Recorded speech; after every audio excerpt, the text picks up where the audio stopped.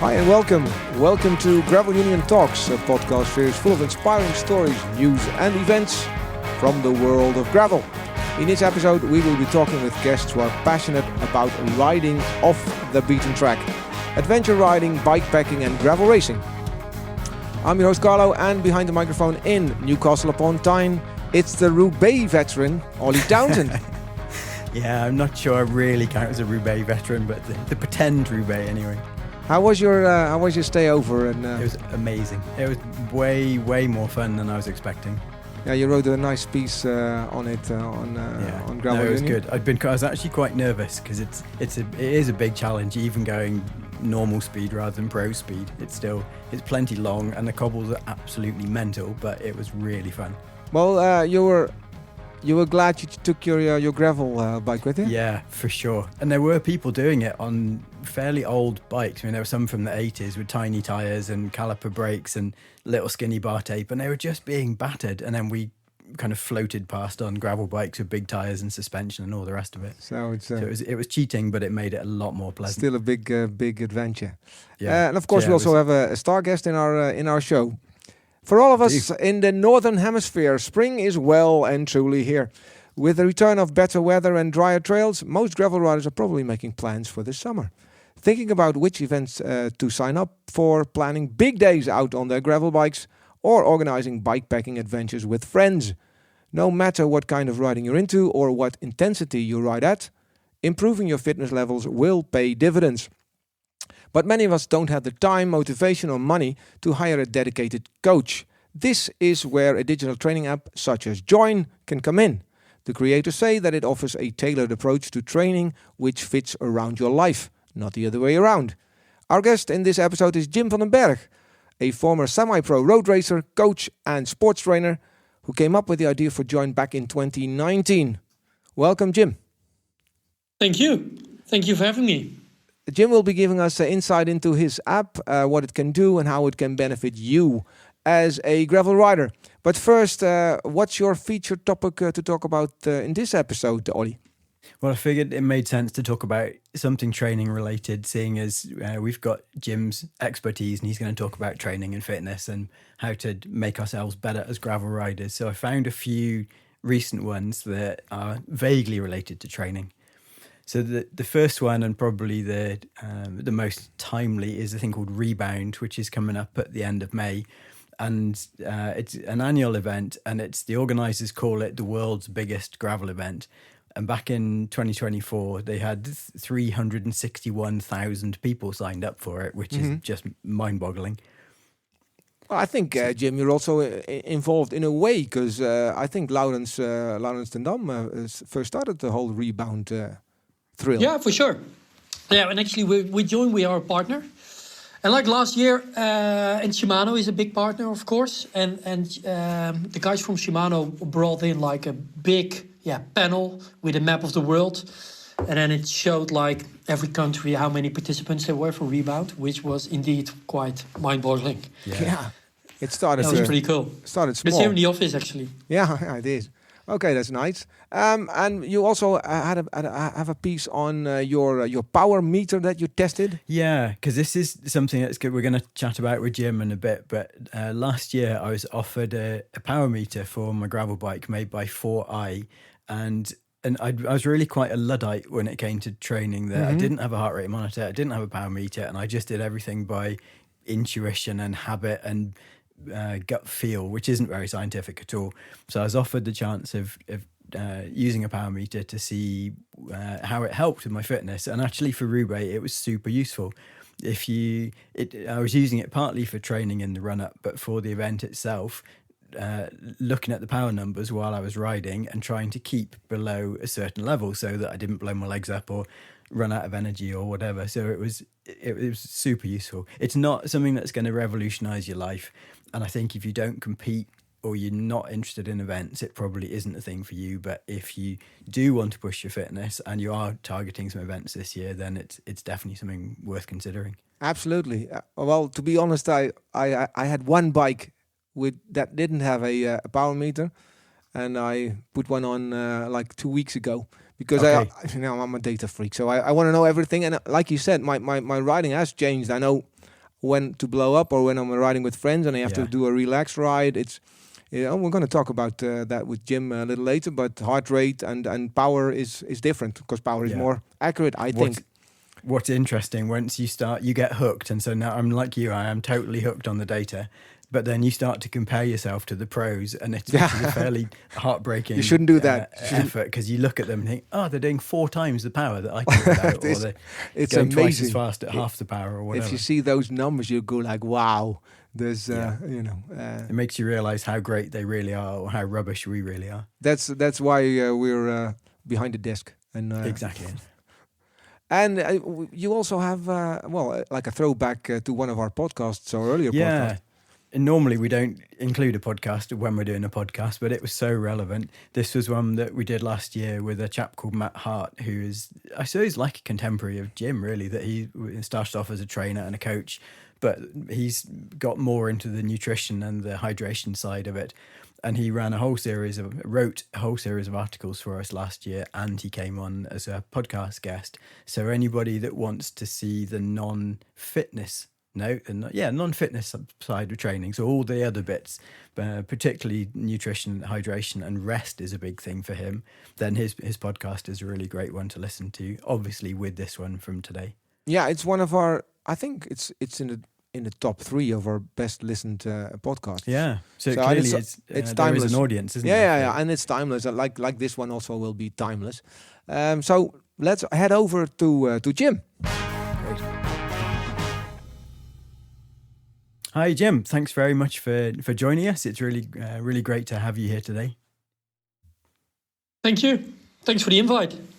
We thought you've known Carlo a little while, and it fitted really neatly with the fact that everybody at the minute is probably thinking about events for this summer, and so they're all thinking about, how do we get fitter? And it may be that they are literally going to go and do an event. It might be they're going to do some bike packing, or they're just going for long rides with friends or whatever. But it's all improving your fitness is a topic probably most people are interested in.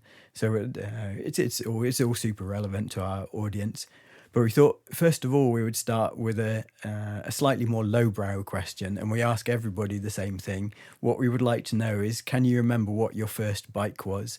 What did you love about it? What kind of things did you get up to on it? Yeah, of course I do. Like my first, in the Netherlands, you get your first bike when you are like 3 years old or something, maybe even 2. I don't know that bike, to be honest, but I do know, like, I was always into football, and then at 12, 13, I got like a bit into cycling because there was always this dark red Colnago from my father in the shed, and he wasn't riding that much anymore, and it was a really big bike. It was like back then, so we're talking about, I think he bought the bike like the beginning of the 90s, somewhere like that, and it had tubes, of course, but also like bike frames were pretty big, It was a 62, and the guy was like 1.85 meters. So nowadays you would ride like a 58 or something, maybe even 56. So you probably couldn't even touch the pedals, could you? Well, I slammed the saddle like all the way down, and then still the handlebars were too far forward, basically.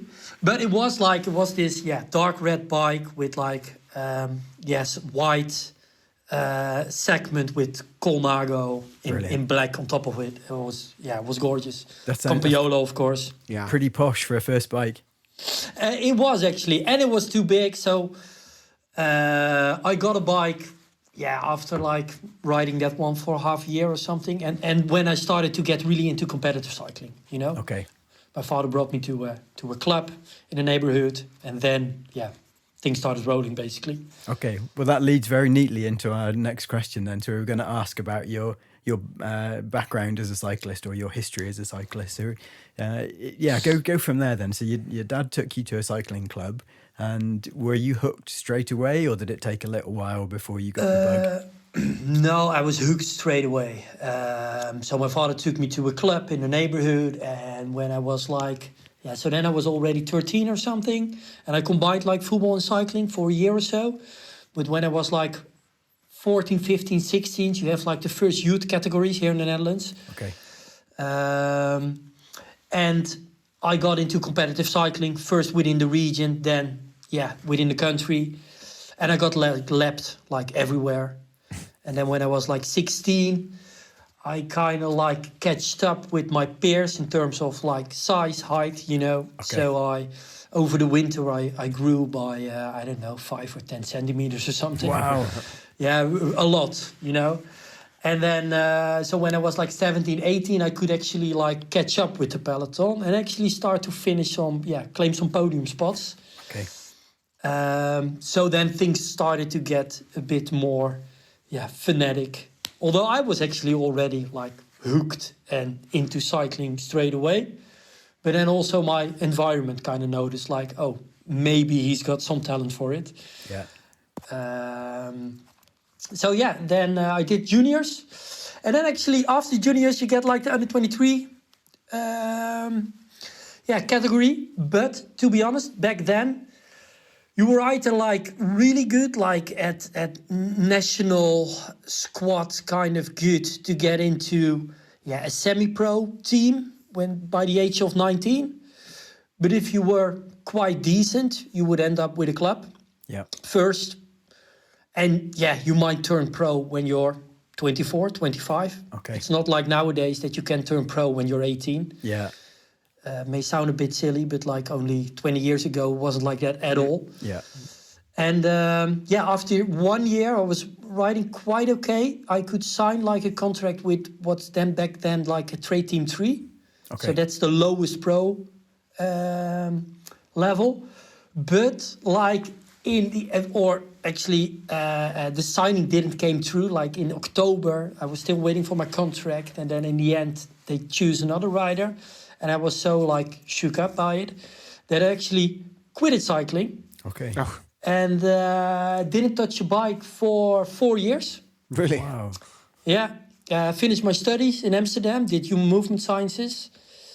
And then in my 4th year, I was doing sports psychology in France, in the south of France. And while I was living there, like first month only parties. And after the first month, I was like, why am I not like, I have some unfinished business with cycling and like everything here is so beautiful. Let's start riding my bike again. And I picked it up when I was still 22, 23, so still quite young. And then, things went quite... So when I came back to the Netherlands, joined a club, but I could sign with a continental team like only 1.5 years later because I won a couple of races. And then I've been like a semi-pro for another 6 years. And nowadays, I never stopped riding my bike ever since. Since, I was living in the south of France, basically. I'm still riding my bike, still love it. Must admit I'm doing some running next to it. But, not doing any competitive cycling anymore. Okay. But do you also use a gravel bike or only on the road? Yeah, I do. Actually, last Sunday, did a ride together with some colleagues. Although one of us crashed. Oh, oof. And he broke his collarbone, so that wasn't the best thing. But it was beautiful. It was in here we have like a big national park in the middle of the Netherlands, and we were doing this, or we planned to do this big loop, but things went sideways after 40 k's or something. Oh. So rebound is my next goal. Great. Okay, Actually, well that's a good one. It fits very nicely as well. What are you? Because next to like a rebound, because you train, you make training plans. And when we had our talk before this podcast recording, Olly and I, you really need to have like a goal, even if it's only like a bikepacking trip. What's your goal? Is that rebound? Do you have other events that you really are targeting? Well, I always have like this overarching goal in terms like I want to stay healthy and I want to be fit. Sure.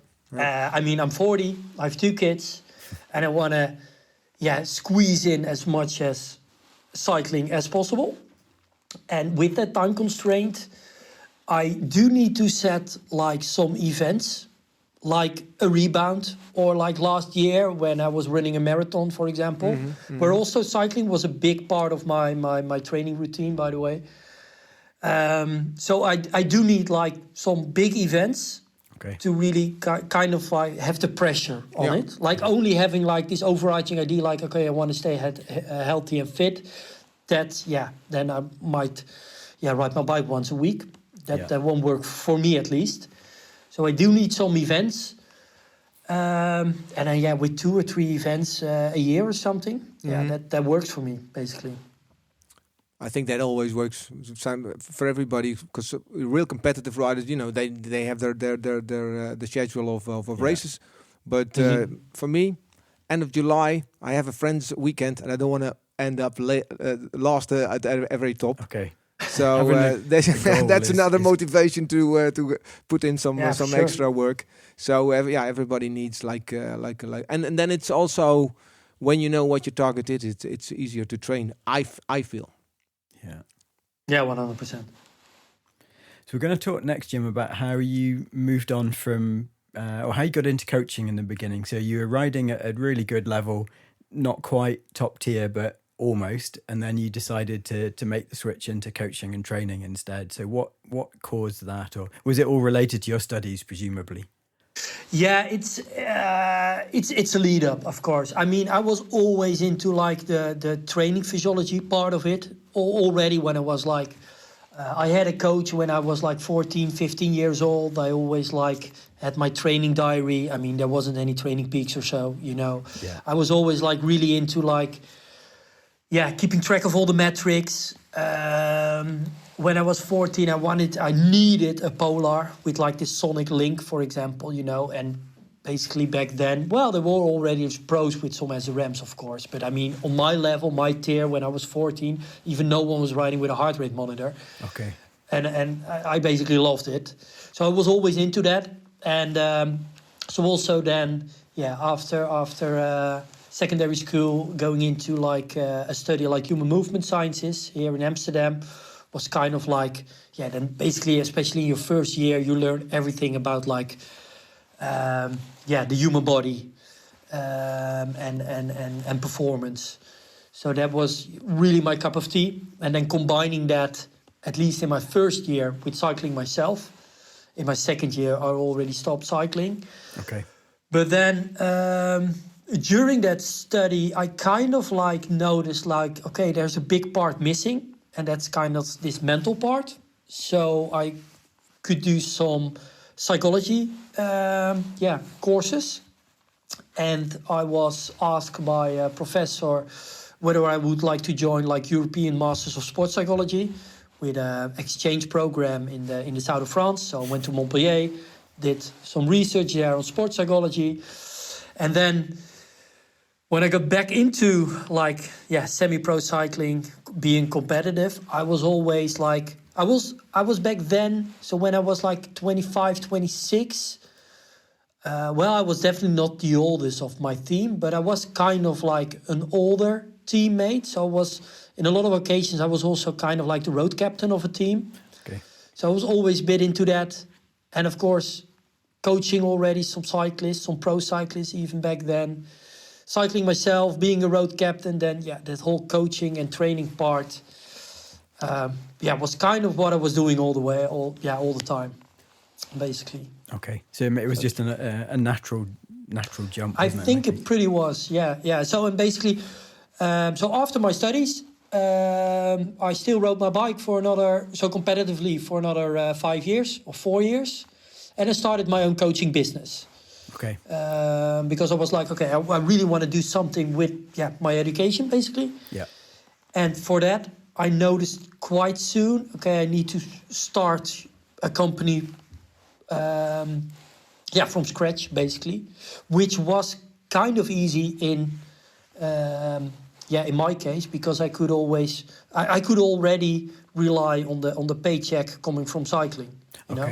Which was enough to pay the rent and do some groceries. Okay. So I had to do more, of course. But that was like, an easy way to start up a company. Okay. And this was, the company is called, is it Robic or Robic? Exactly. Okay. Yeah. It was first called Robic, and I did it together with a partner. He was also competitive cycling, same background, same level of cycling. And we started a company together. actually, when because I do remember, because it was quite well, famous is a big word, but you were well known in the Netherlands, and I think if I look back, it was like you were the first wave of trainers for like a bigger audience, because there was. I think it was, yeah. Well, so we started back in 2011. And I think we just opened our doors for. So there was a website, and there was a facility basically where we could do like exercise tests. That's how we started. Okay. And it was Training Peaks. And already after a couple of months, a World Tour team called Olly, you might still know it. Yeah, I remember them well. Yeah, well, they kind of got like in the end of their sponsorship term. And they were like, okay, we need to do things differently because the sport is evolving and we are not moving along. And they asked us, so me and my partner, to get on board, being coaches of that team. And actually, that team didn't have any coaches back then, which is quite like wow, that's hard crazy to believe, for isn't now, it? right? Yeah, exactly. Really old school. Yeah, so there were basically only team doctors. Yeah. There were no coaches basically, and I mean. That was also really a fast track of, learning what's going on in professional cycling, how people are looking towards. There were some very well-known cyclists that didn't know how to use a power meter or, what to do with it basically. And that was in 2012, which is now, quite mind-blowing. Yeah. But that was kind of like the status back then. When you when you first set up, presumably your coaching was done in person, so they would come and see you. You would do fitness tests with them at the facility you worked at, and then you would do come up with the trainings program for them afterwards. Exactly. Yeah. Okay. Yeah, that was basically the whole business model. And after that, we started with bike fitting. We even did like aerodynamic testing on a track.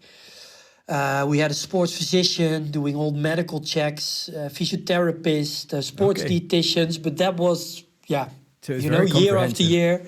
Yeah, in the end, there was like, we worked with 7 human movement scientists and a couple of sports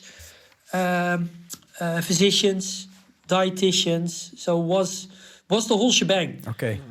And was it aimed just at road cyclists, or did you have, how wide was your audience? It was actually aimed at road cyclists, but we did some aerodynamic testing quite soon. Already we started with that in 2013, 14.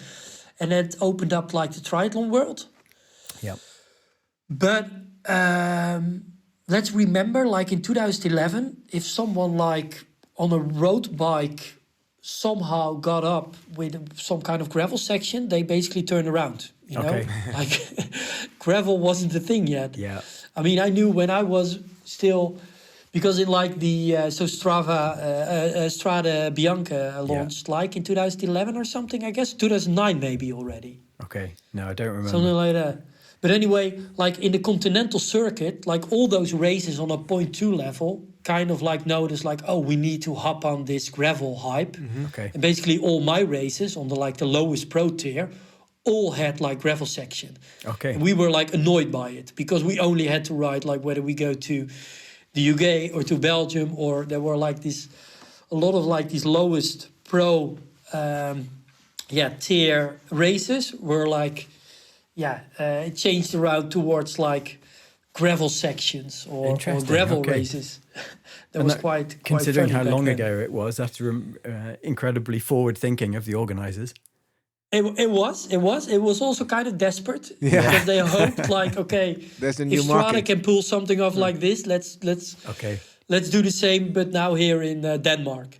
Okay, I wonder if it was cheaper for them to close smaller roads to give probably you the also. access rather Probably than closing also. the bigger roads that would have had loads of traffic on them. And probably also, maybe it opened also a new market. I think because it was new. And especially, I know those races in Belgium. It's they need to close off roads, and you have like many races over there. So there was this niche, and they just tried it. Everybody hopped on board. Great, you're a pioneer. Yeah, for sure. But I still can remember. I wasn't, but we had to. Yeah, a forced pioneer. When you said you actually, and I can remember that as a cyclist, that if I was in Tuscany, well, way back, and then I had my road bike with me, and then I hit a Strade Bianche, and I thought, no way, I'm going to ride here, and like 5-6 years later, you were going like, okay, where are the Strade Bianches? Because I want to ride there. So it really evolves quickly. Yeah, for sure. And there were some races, by the way, and I don't know if it still exists, like Rutland was a race in the UK. It happened last weekend. Weirdly, so we're recording this on a Wednesday, and it happened 3 days ago. I saw that. Yeah, it was in spring, right? Yeah. Yeah, I think I rode that one like 2 or 3 times, because that was a beautiful race, for example. Okay. That was like, but you also had races, especially like, Port Epic, for example, like Antwerp. Okay. They're like the gravel sections are a bit like, they had to make something out of it, because otherwise you would only like 2 laps around the harbor of Antwerp.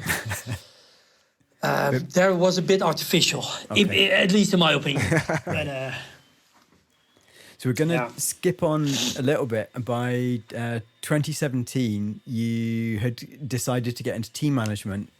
So perhaps you're doing that alongside your coaching and your training. Yeah, so indeed. Do you want to tell us a little bit about that?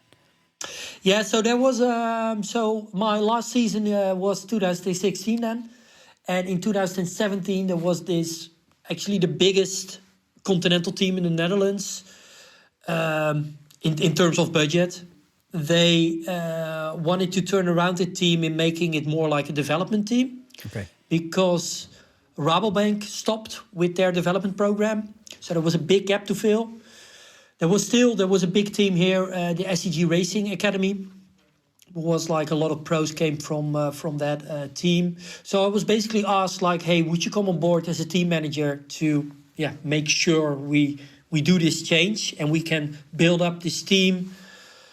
Not from scratch, because there was already quite solid foundation.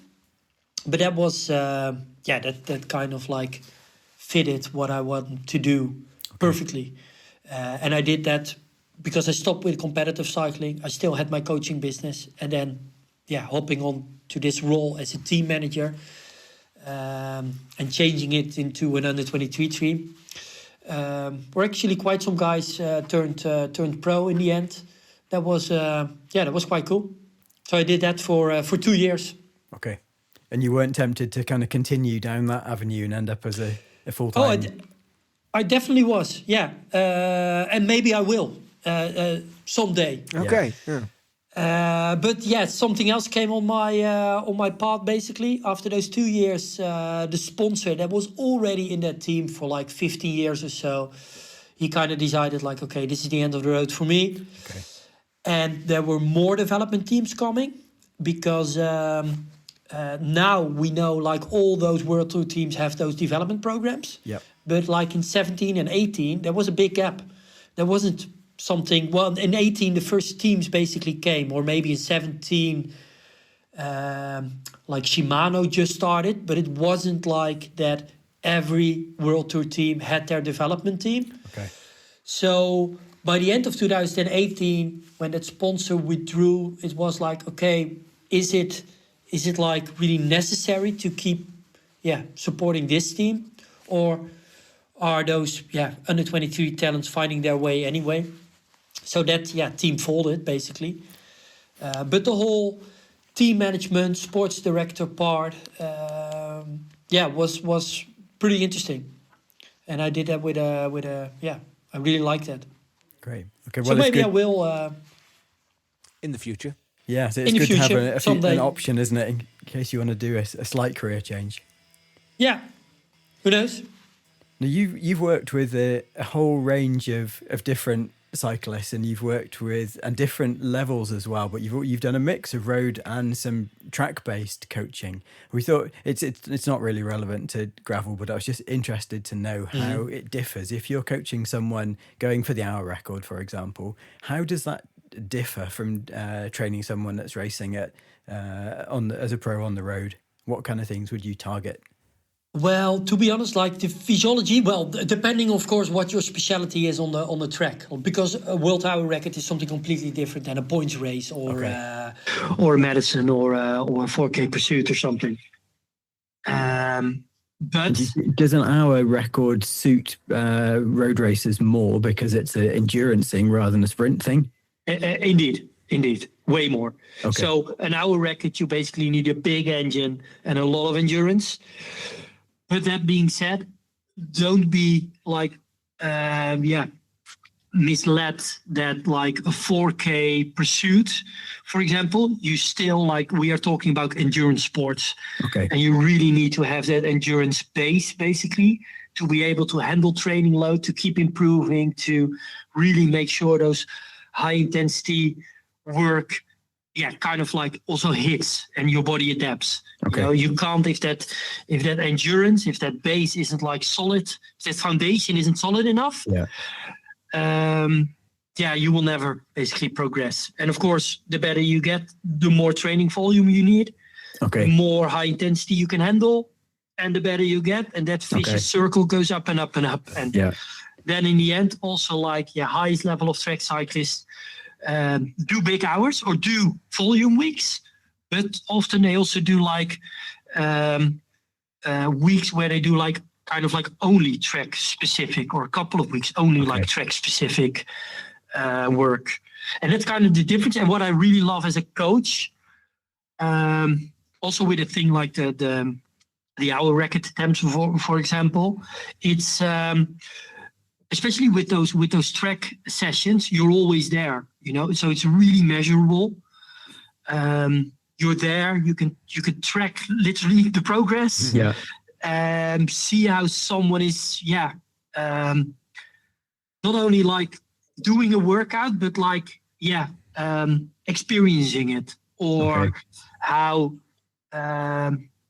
intense someone experiences a workout, or how he or she steps off a bike, or how anxious he or she is before getting on a bike, because you're always like more there. And with, for example, some World Tour guys that I train, I basically only see them during the winter, and maybe at some races, but that's basically before and after the finish, before the start and after the finish. And then in between, there are just a lot of like altitude camps. And there are a lot of stage races. So they're following. As a coach, you're basically not there. You're just following them by training peaks. Right. So you give them their targets for the day or the session or whatever, and then you get the results back from them, but you're not physically with them when they're doing it. No, that doesn't make a lot of sense to always be there. I mean, they need a mechanic, they need a soigneur, they need maybe some oversight by sports director, but that's kind of like about it. But those altitude camps are pretty small teams. Up a mountain, basically. How do you? Because I can understand that, you know, when you're at the track, you see somebody getting up and off a bike, looking in the eyes, seeing how he or she feels, and you know, with road racers, you only see the data and probably see them a couple of times a year. You also studied psychology. What's the difference in the context? Because you need to also be like on a basis like how you're feeling, because the numbers only. For sure. How do you compensate that, you know, lack of face-to-face contact? Trying to ask the right questions, because you don't get it from the data, basically. Yeah, sure. You're not always asking about how a race went or something, but you're asking, for example, if someone is looking forward for tomorrow's stage or for tomorrow's workout. So it kind of depends, of course, on like the circumstances and how on the conversation itself. There's one famous anecdote by what's his name, a really famous coach here in the Netherlands. Oh shit, I forgot his name. But he always said, like, on altitude camps when he was present, like his only job was just to be there before all others at the breakfast table. And just to see how they get in and how they sit down. And how that was like where he gets like his most information. Just by watching people. Just by watching people, you know, seeing how much energy is still there and et cetera, et cetera. And I think he's totally right. I think there still is or at least for like the outside world, they think people like us only look at like power numbers and data and training peaks, and then we know it all, but we don't. We are, maybe knowing 10, 15, let's say 20% of like the total picture, which isn't enough to base a training plan. At least in my opinion. Okay. And at least not on that level. Yeah. Because I know it's going to be, because, we hobby riders, we have our goals, and, I think most of us can put things into perspective, but on your job, it's different. I mean, it's also lonely. I know that if you're at an altitude camp, I know that some of them just, weeks at end spend, it's mentally very, very challenging. No, for sure. And I also think like that's kind of like my personal perspective on it, but like the pros of today are different than the pros like 10 or 15 years ago, because altitude camp became more of a thing. You basically can't have any like missteps. You really need to walk the line kind of like 11 and a half months a year. Yeah. Otherwise, you will not be, well, some exceptions maybe still out there, but otherwise you basically just can't keep up. Okay. The level is that high. And it was funny what you were just saying like earlier in the episode about like if you look to your own power numbers and then compare yourself to pros. Well, the thing is, even pros have that. Okay. Also pros, right? They're looking at Berg or whoever. In like Romandia, they're looking to that 7 watts a kilo of Pogacar, and they're like, wow, what the F, how will I ever be able to get up to those numbers? So as long as you're not Pogacar, or cyclist maybe, everyone has that feeling. Okay. So we're not alone now, Olly. No, exactly. I feel better now. We talked a lot about the high-end level of cycling and the coaching and the training work you've done. How does it translate to normal people, ones that can't do 7 watts per kilo and they're more like 2 watts per kilo or whatever? Because presumably the impact of the training is similar, but just you tailor the training to fit the person. What kind of things? What would you do if you took a donkey like Carlo and I instead of a racehorse? What would you do with us? Well, the first step, and that's also what JOIN does, is basically looking at what you're currently doing. Okay. So the starting point is always like, okay, what's like the current training volume that you're handling? What are you capable of? And then based on that, because like, okay, whether you're a pro or you just started riding a bike, one of the things if you want to like progress is overload. So every week, every month, every year, doing a little bit more than the year before ensures that your body adapts. And that whole mechanic doesn't matter whether you're a pro or a beginner cyclist, basically. So basically on what you're currently doing, making sure there's some overload, and of course doing every week a bit more. That's only going to work for a couple of weeks in a row, or maybe, depending on the level you're currently at, for a couple of months in a row. But you need to periodize. You need to make sure that some weeks you can build up. Then you take 2 steps forward, and then you take like maybe half a step or 1 step back, and then you build up again. And that's a rhythm someone can sustain quite long. And those kind of mechanics are the same, independent of what level you're currently at. And another thing that's very important, like what I just said, for example, about, only looking at power data or heart rate data, or maybe even how hard you went up a hill or how fast you went up a hill.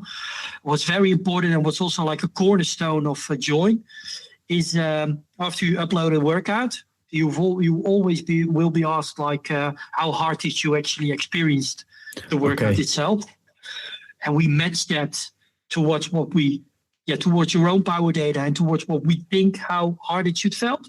Okay. Based on that, the rest of the training plan will be adapted. So that's the equivalent of you coming down to breakfast early, looking at people's faces. You're doing that remotely, trying to get a feel for how they're dealing with the training that you're giving them. Exactly. Yeah. The idea behind it is the same. This one, of course, is slimmed down. You know, there might be more information when I'm actually at your breakfast table, but I'm pretty sure you don't want that every day. So, but it basically comes down to like that same playbook, which is quite vital towards towards training and adapting and making sure someone stays on a good trajectory in progressing. Okay. No, this is all linked really. It's almost as if we planned it somehow. It's linked very neatly into JOIN. So we should talk about what it is, how it works, what the benefits are, and really how it's relevant to gravel riders and bike packers as well, because that's what the majority of our audience are. So could you give us a bit of overview of what it is in case anyone hasn't heard of it before? Yeah, of course. So what JOIN basically does is it gives you a training plan. I'm still calling it a training plan. I actually like to call it a training tool, because the thing is, like, with a training plan, and that's also something, bear with me just for a couple of seconds here, maybe a minute or so.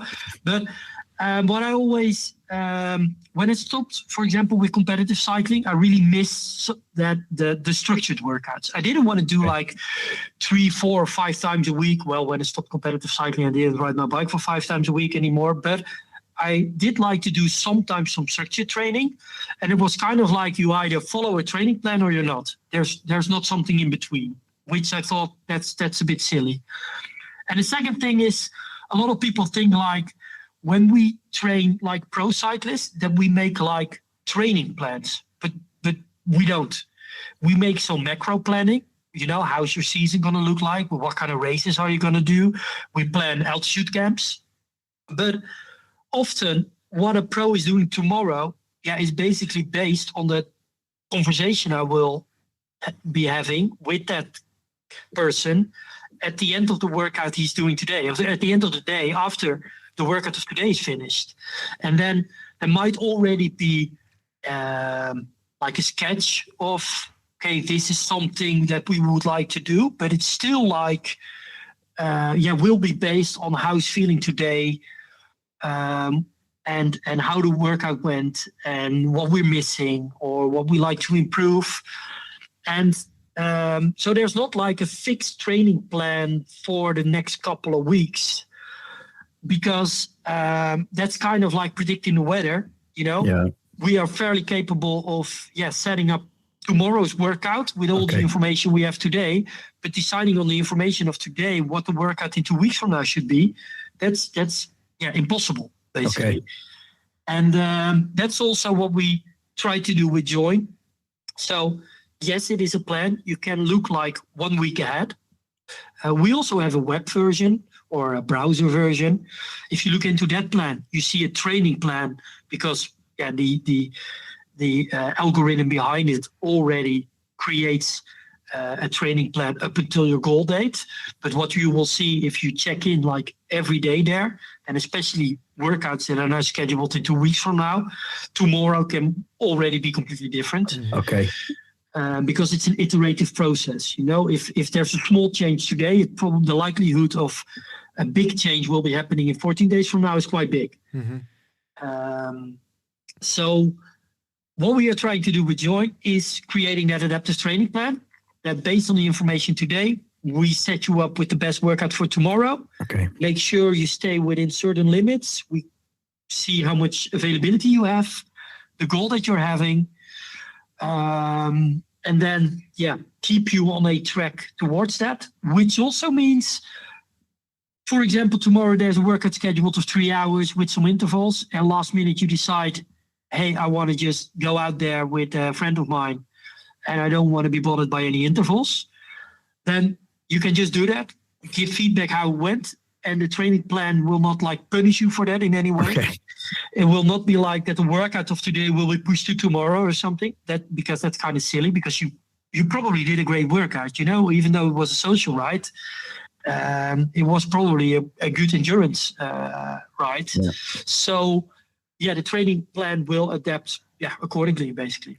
Okay, it's very clever. Well, what you do, because when you hear the, like, I use the first like in the Netherlands, we had the Fiets magazine, and they had the training plan. You know, you had the goal, you did the Amstel Gold Race or whatever, and it was. I used to road a couple of those, by the way. Yeah.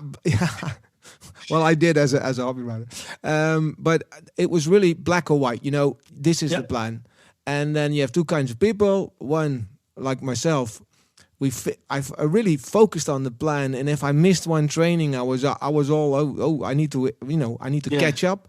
Or the other guys, they just went and said, well, you know, I'm doing a little bit of this, and then 2 weeks nothing, and then I'll pick it up again. And with your adaptive app, you can catch up along the way. So it's also psychologically it's way easier if I do a training plan in Join. I know that I can miss a training, or I don't feel too well. I'm gonna do it differently, and it will adapt in my near future in my training schedule with the app itself. Yep. Yeah, so, and that's basically what it should do.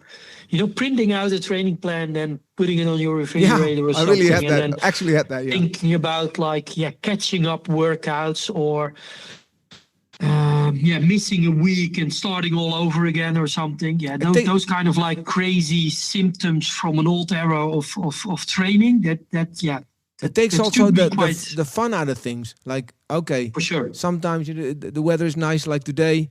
You go out there, you just want to enjoy the ride and not be bothered by all kinds of tasks that you have to do. So I really think it opens up a new horizon, at least for me personally. I know that Olly is not into the training schedules too much, are you? No, I'm rubbish. Yeah, no. But you used you're using So I set it up, and what I found was, like you described a minute ago, Jim, that my ride schedule had to fit around. No, the other way around. My training had to fit around my ride schedule. So, as an example, on a Friday, I normally do a long gravel ride with some friends. And I just couldn't make it work, so that I would do a 2-hour ride on a Tuesday or something. I tended to do big, longer rides on a couple of days a week. And so the app would say, okay, today this is what we would like you to do. And I never managed to do it. I always did something totally different. And it did adapt, and it said, okay, well, you did a ride, tell us about it, give us some feedback, and we'll and then it tweaked the next day and the next day and the next day. But I didn't stick to it. So I'm not a good What you really should do, Olly, is that if you do the structured ride more or less in a structural way, like you do them once a week even, it really helps improving. And, sure, because I was just rubbish. I wasn't dedicated enough to do it. It feels like riding the bike. You know, everybody rides the bike, and then to train is to also to improve. And like we said earlier, having a goal helps me at least a lot. You know, then I know, okay, I can have fun rides every day, but sometimes I need to, really, put myself. It's true what you're saying, Carlo. Even especially when you're aging, and in my case, exactly the same.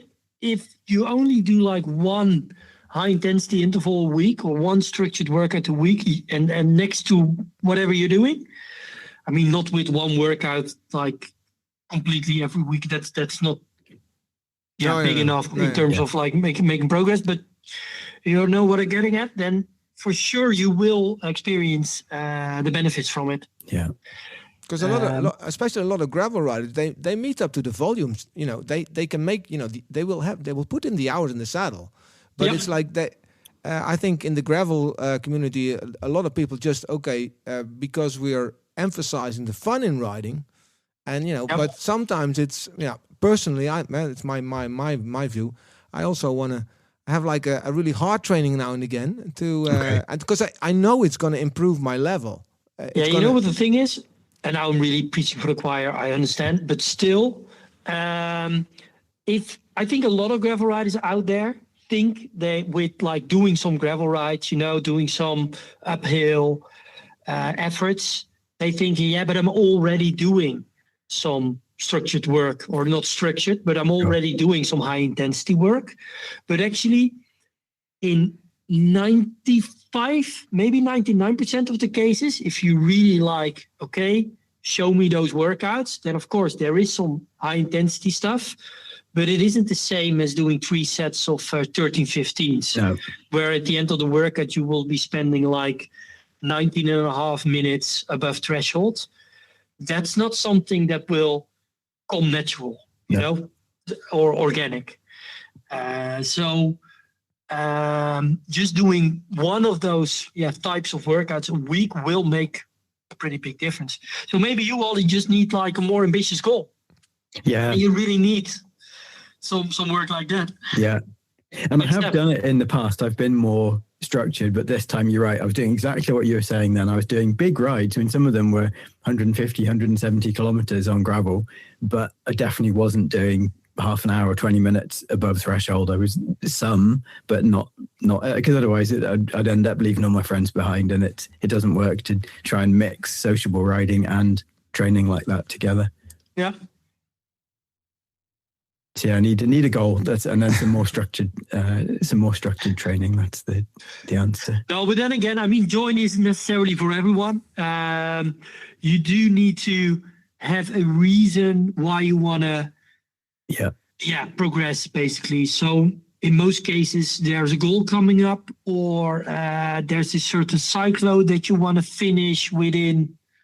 But talking about goals, Jim, because I think that the general idea of using training tools like Join is for races. But I do think that, you know, when you do like a bikepacking trip, you're going to ride the bike for 6 or 7 days. Well, that's also a goal. You could also train for that, can't you? No, I totally agree. And I must say, we see that changes over time. So 5 years ago, it was mostly like competitive or near competitive level kind of cyclists that were into Join. And now we see, people that go just on a cycling holiday where no one necessarily needs to be dropped.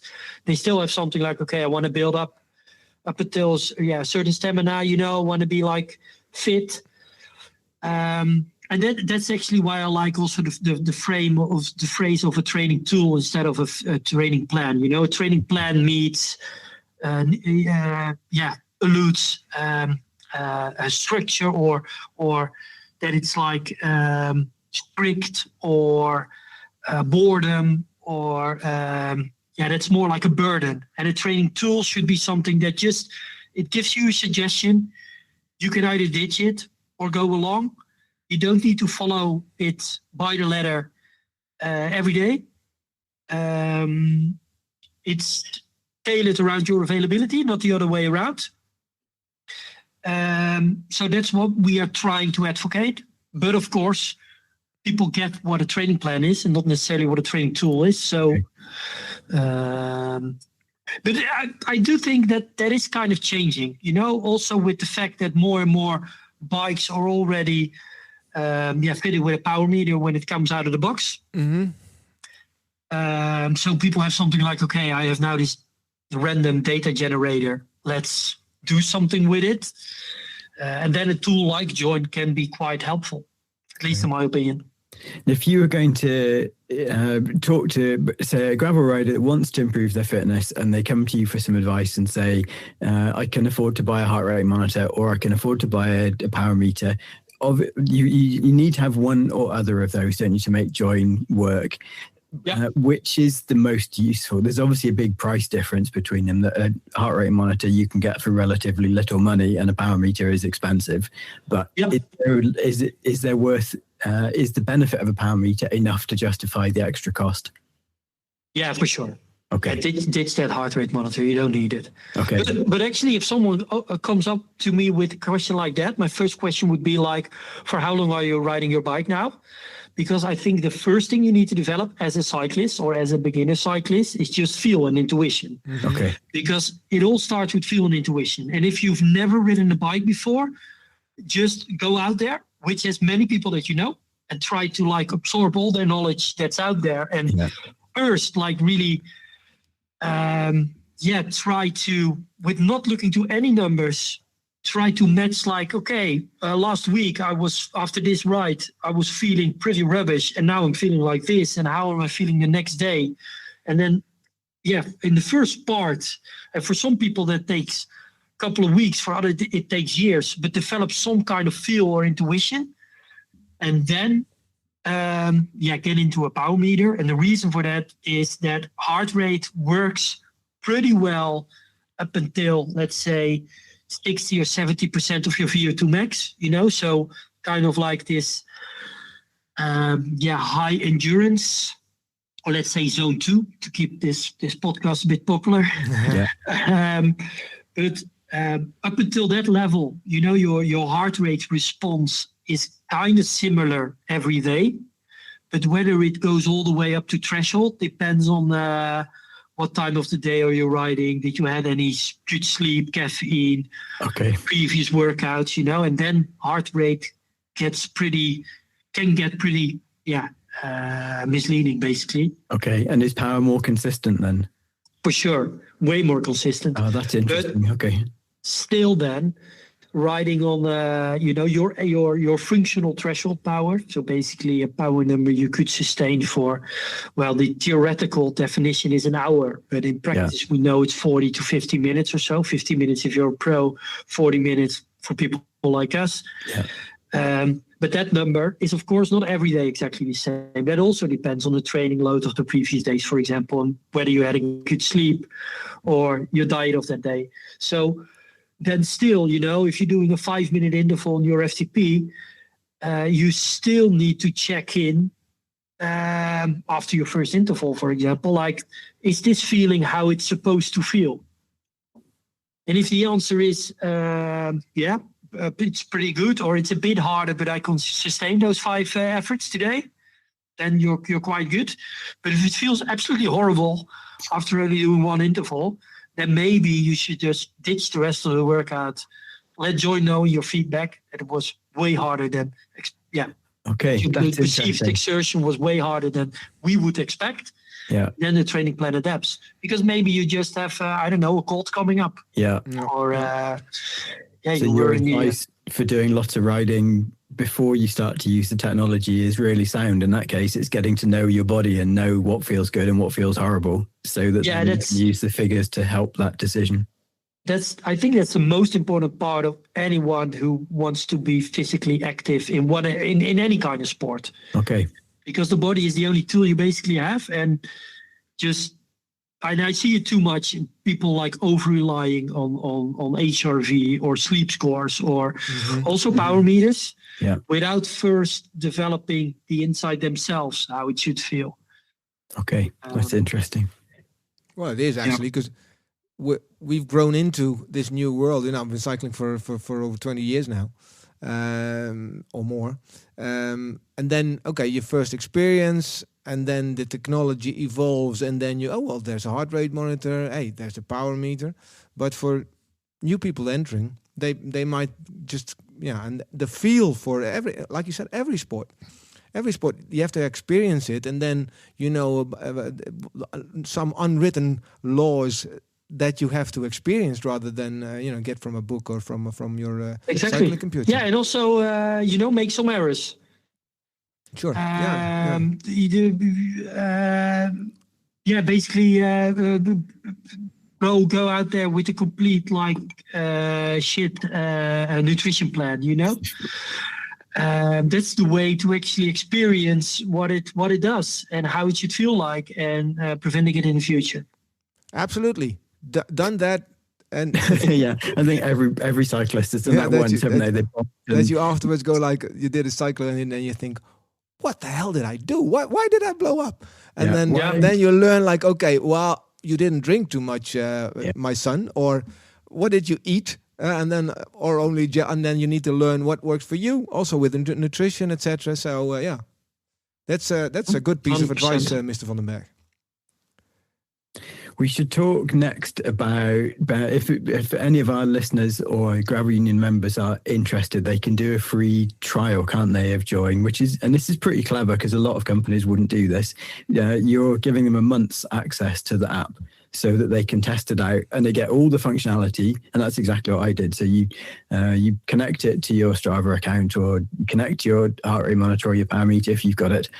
and then you can test it for real. Why do you do this, and what are the benefits, do you think, for letting someone test it properly? Well, exactly. Testing it properly is very important for a product like ours, because the problem basically with it, we are not selling shiny carbon rims or something. You buy it, you put it in your bike, and it looks amazing. A training plan is not like that. It's just you really need to experience like how it works, and also like you need to feel that you are making some progress, or that there is advice within the app that really helps you. And by that, building that habit that before every workout, and whether you do that workout or not, or whether you maybe even shuffle the workout or you ditch it completely, but before Join is like really into your life, that you actually, before stepping on a bike, just checking out Join, what it prescribes, and also after your workout, opening it again, there's the automatic upload of your from your device, and then giving feedback. There's some habit building involved, and that takes time. Okay. So, for a product like ours, once people are in, they stay for a long time. But we need to put some effort in it to make sure, people experience the benefits, and that takes time. Okay. So people stay on board if they internalize, if they have the feel for it, and they see there's some improvement. And what I also like about the app is that if you're interested in the topics, also nutrition, there's loads of information there, so you can actually learn quite a lot, even in the deeper details of how things work. I'm more like, I know the first few layers, and then if it's getting too detailed, I like okay, I know the outlines of stuff. Actually, what we will have is in the show notes there will be a link to the free trial subscription, and it's for a month, so you really can experience, because you need at least, I think it's a week of something that you have to input the data, so you know what your starting level is. Yeah. So try, I would say. Try it, exactly. It might not be for everybody, but it's definitely worth trying. Well, it's also like a mature way to, like you say, Jim. It might not be for everybody, but if you can, you have 1 month time to experience it, and if it works for you, then stay on board. Sure. You've got a lot of different training programs on there, haven't you, as well? And there's lots of gravel specific ones. There's ones on multi-day events, there's one on bike packing, there's ones on single day marathon type events. Yep. So there's something for it. No matter what kind of gravel riding or bike packing or ultra distance riding you like, you'll be able to find a plan on there that fits. If you can point out like the big differences, let's take two opposites on the spectrum here. If you do like a 1 day gravel race, and on the other end you do like a 8 days or maybe even a 14 days bikepacking trip, what would be the differences in your training approach? The big difference of an event like that is like how important is endurance, and how important is like also anaerobic capacity, or basically like to put it simple, whether you're able to follow like big bursts, or sprints. Because the thing is, if you do a lot of endurance, if you're only doing endurance, then your sprint will deteriorate. And if you're only doing like short workouts with a lot of sprints, your endurance will become less. And based on your current level, where you're at, based on the goal you have, the amount of time you have towards that goal, it's periodized towards like a best mix of sessions, basically. And it can be, okay, if you're really into racing, then it's also really about those hard, also even 20 and 30 second intervals. If you're more into a cyclo, but still on a 1 day event like a gravel race, it can be more about 1 minute to 5 minute efforts. If you're doing a 40-day bike tripping trip, then it's way more just about endurance. it doesn't matter if you get dropped for like on a short hill by your friend. It matters who's still able to do a 100K ride on day 13, right? Yep. So, and within that, there are a lot of different tastes and flavors. And, but it all, kind of like gets down to that combination of strength, which is also very important for especially mountain bike and gravel. Being also able to, when there's a small, like more sand section, for example, being able to have that torque. Mm-hmm. The amount of strength sessions you will get into your plan, for example, is more important for a gravel rider and a mountain bike rider than normally a road cyclist. Yeah. So although when a road cyclist is doing a lot of uphill efforts, and like a lot of cyclists, especially here in the Netherlands, they ride their ass off towards like this big Grand Fondo in the Alps, and then after only one climb, like their lower back hurts. Okay. Because they didn't like focus on those high torque, low cadence efforts and their core, which can also be trained off the bike, of course. But it's like not able to sustain their level of fitness, basically.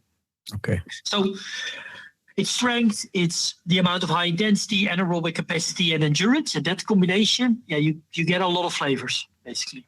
Yeah, and it's also mixing up. When I know a lot of bike packing riders, they do like really, really long hauls and everything. But if you speak to them, they only do like their training is riding 20 an hour for 4 or 5 hours, and then I say, why don't you just do a few sprints now and again? And they look at it will improve your riding, and they go like, huh?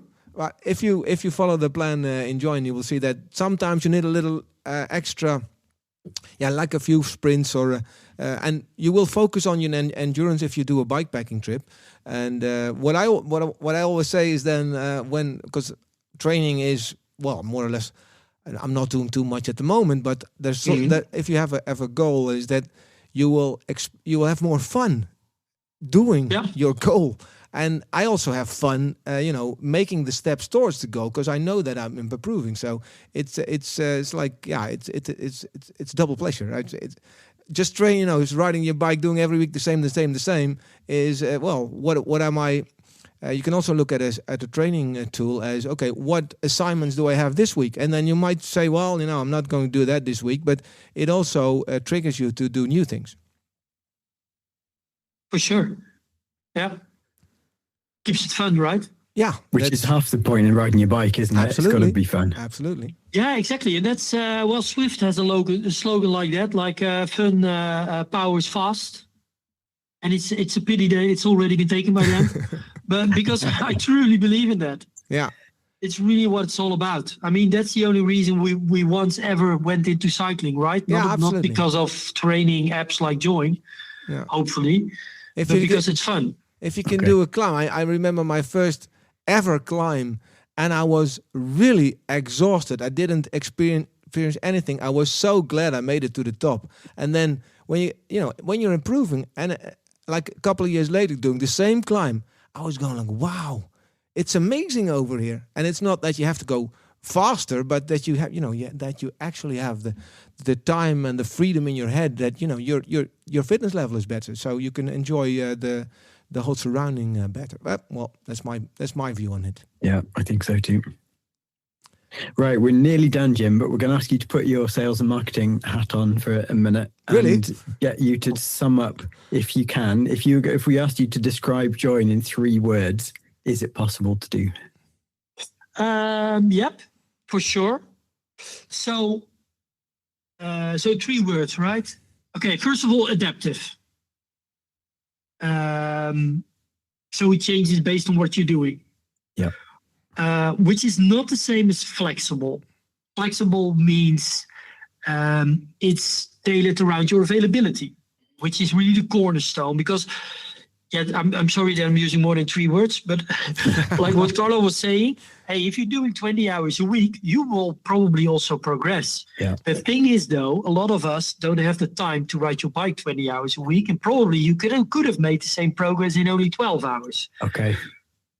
So that's the thing that we're trying to do with Join, based on the availability you have, to make sure you train as effective and efficient as possible. So adaptive, flexible, and then I think expert-based. Okay, we'll let you have a hyphenated word. I think that's acceptable. Yeah, there could be a dash in between, right? Yeah, exactly. Yeah. Okay. So expert-based is a pretty important one in my opinion, because we do use AI, for example, in how an FTP test is scheduled for you, because what is the likelihood that you will actually do that FTP test? Well, there are a lot of like AI around it. Over the past couple of years, AI became more important there in a lot of different levels. But the foundation of Join is that it's developed by cycling coaches. Okay. And not by some AI tool just scraping the internet and then kind of like putting the middle of all training philosophies out there and then presenting that as a training philosophy, because that is something I truly don't believe in. And that's what I've seen happening all around me. Because in the end, like, it doesn't matter what kind of zone system or how your FTP test or how even your workouts or the methodology works, but it does need to fit together. You know, they're all, you can't mix and match workouts from one methodology and then putting that in another training philosophy and then doing not a 20-minute test, but some kind of other like exercise test. If you think you can just combine all that and then put it in one kettle and then think it's still edible, that's really not how it works. Okay, and so the base thing is the key part of this. Yeah, so in Join there is a training philosophy, and you could either like it or not, but that expert knowledge behind it and that philosophy behind it is very important for our product. Okay. And there are also other methodologies out there, but don't try to mix 5 different methodologies and then think it will get you somewhere. And a lot of AI is basically doing that. Mm-hmm. Yeah. Great. That's useful advice. Okay, final question that we came up with is where would you like Join to be in the future? If you were trying to look 5 years or 10 years down the line, where do you want it to be? Where do you hope it will be? Well, we like to basically lower barriers in terms of making it even more easy to do, for example, a structured workout and making progress. So that adaptability part is like what we are doing now. But right now, we still relying, for example, on like time-based intervals. Shouldn't that be, for example, route-based? You know, it doesn't make any sense to set you up to an interval when you're just like entering a town, for example. I mean, there should be better ways of doing that. Okay. So more kind of like this live. That's really interesting. Yeah. Especially like in a densely populated country like the Netherlands. If you do your intervals, you really have to. You have to see. Okay, this is where I'm adding at, because I need to do like 5-minute blocks or 2-minute blocks. And I can't do that because I hit traffic lights every 5K. Yeah. So and some like not too invasive, kind of more live and on the go advice on what you're doing, and that's kind of also what we're working on. It's not that easy, especially not if you want to scale it internationally. Because, for example, like the open source maps of the Netherlands are really elaborate. Yeah. But it's not in every country. Sure. If you live in Morocco or somewhere, then it's probably not so good. Exactly. So we need to find ways around it. But those kind of like ways of lowering barriers in terms of making it even more easy to just doing once in a while a structured workout, showing how much progress someone make. That's like in terms of product or big ambition. In terms of like our company, we grew like the past 5 years. Especially in the Netherlands and Belgium, I mean, we have customers, I believe, like in 90 countries or so. But last year, we made a big leap in Germany and even in France. And that's basically also where our focus lies currently. Countries like Germany, France, UK, to grow there even more than we're currently doing. Great. Well, we have one UK resident on board. Exactly. Hopefully not. Partly. He's not convinced yet. No, he needs to be. It totally works. It was He's going to retry. Yeah, it was the subject was the problem. The actual app worked brilliantly. It was very clever. Now Roubaix out. You're very kind. Roubaix out of the way, so you can set your goal. Find something else. Find a few friends that want to train along. Well, exactly. Thank you very much, Jim, for being on our podcast. Thank you all for joining us on this month's edition of Gravel Union Talks. If you have any suggestions for topics or guests, just send us an email, info@gravelunion.cc, or reach out through Instagram. Please like and star us on your favorite podcast platform, and make sure to leave your hopefully positive remarks. Don't forget, if you like what you've heard in this episode, there's loads more great stories, features, news pieces, and all the latest gravel event information over on gravelunion.cc website. Special thanks to Martijn for our music and Ruben for editing the show. Thank you for listening. I hope to see you next time on Gravel Union Talks.